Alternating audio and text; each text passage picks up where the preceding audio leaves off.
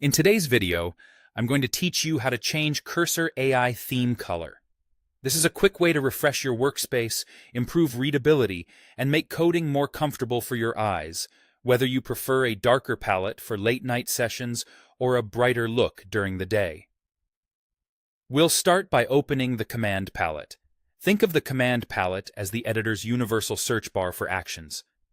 It's a fast, keyboard-driven way to find almost any setting or command without digging through menus. On Windows or Linux, press Ctrl plus Shift plus P. Make sure the editor window is active when you press the shortcut so the palette appears at the top of your screen. You'll see a text box with a list of suggestions underneath. Next, type the word theme into the Command palette. As you type, the list below will narrow down to anything related to themes. This helps you avoid scrolling and makes the next option easy to spot. What you're looking for is labeled Preferences, Color Theme. If you don't see it right away, keep typing until it appears at the top of the results. Select Preferences, Color Theme. This opens a focused picker with all available color themes in your editor. You'll notice a mix of familiar options like Dark Plus, Light Plus, and Solarized, along with any other themes that might already be available. This picker is designed for quick comparison, so don't hesitate to move through the list. Now choose a theme from the list.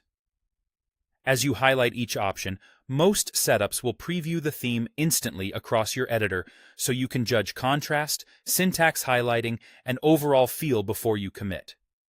Dark Plus is a popular default for low-light environments, offering strong contrast without being too harsh.